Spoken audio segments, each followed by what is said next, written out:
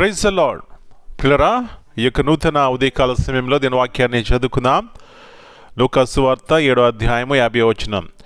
The gospel according to Saint Luke chapter 7 and verse 50. అందుకైనా నీ విశ్వాసం నిన్ను రక్షించెను, సమాధానము గలదానవై వెళ్ళుమని ఆ స్త్రీతో చెప్పెను. And he said to the woman, thy faith has saved thee, go in peace. యేసు ప్రభువారి అతి శ్రేష్టమైన నామంలో పిల్లరా మీ అందరికీ శుభములు తెలియజేస్తున్నాను. వాస్తవానికి ఎంతో బిజీగా మరి గత కొన్ని దినాలుగా మనందరము కూడా గడిపాం. మంచిది, ఎందుకంటే యేసు ప్రభువారి యొక్క మాటలు, ఆయన పుట్టిక, ఆయన యొక్క జన్మ విధానం అన్నిటినీ కూడా ధ్యానించి దాని ద్వారా వచ్చేటువంటి ఆశీర్వాదం ఎంత గొప్పది. ఎందుకు అంటే ఆయన పుట్టింది మనం రక్షించడానికి, రెండవదిగా నిత్య జీవం ఇవ్వడానికి. పిల్లరా, ఇలాంటి గొప్ప నిరీక్షణ మనకున్నట్లయితే మనం ఎంత ధన్యులము. మంచిది. ఇక్కడ చూసినట్లయితే యేసు ప్రభువారు ఒక స్త్రీతో అంటున్నటువంటి మాటలు ఏమంటున్నారండి? సమాధానము గలదానవై వెళ్ళుమని ఆ స్త్రీతో చెప్పెను. చూడండి, సమాధానమునకు కారణము ఏమిటి అంటే పశ్చాత్తాపము.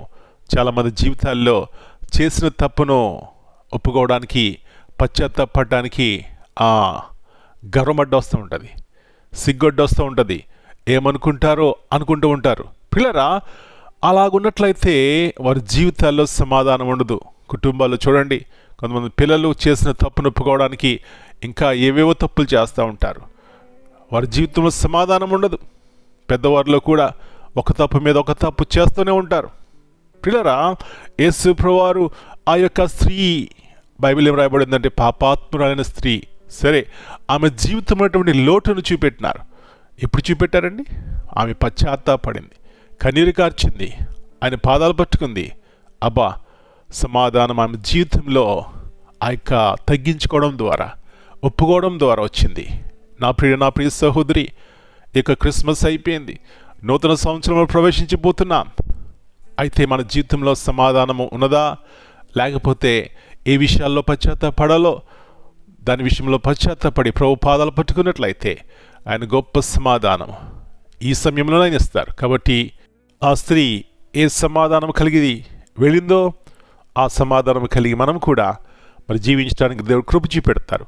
అలాంటి కృప ఉదయకాల సమయంలో ప్రతి ఒక్కరికి దేవుడు దయచేయను గాక. ప్రార్థన చేసుకుందాం. పరలోకమందున్న మా తండ్రి, పరిశుద్ధమైన దేవా, మరి నూతన ఉదయకాల సమయాన్ని బట్టి మీకు వందనాలు నాయనా. తిరిగి మీ యొక్క ఉన్నతమైనటువంటి ప్రేమను జ్ఞాపకం చేసుకుంటున్నాం.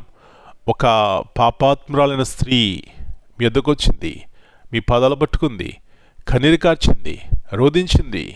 గల కారణం ప్రభువా, మీరు తన పాపంను క్షమించగల దేవుడి వరకు గుర్తించింది.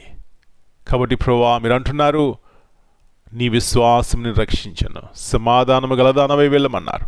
ఈ మాట ఉదయకాల సమయంలో మీరు మాతో అంటున్నారు ప్రభువా. కాబట్టి ఎక్కడైతే మా జీవితాల్లో సరి చేసుకోవాలో, పశ్చాత్తాపడాలో, మీ పాదాలు పట్టుకుని పశ్చాత్తాపడి మీ ద్వారా వచ్చేటువంటి సమాధానం పొందుకోవడానికి సహాయం ఇచ్చేయండి. ఈ విధముగా కుటుంబాల్లో సమాధానం దయచేయండి.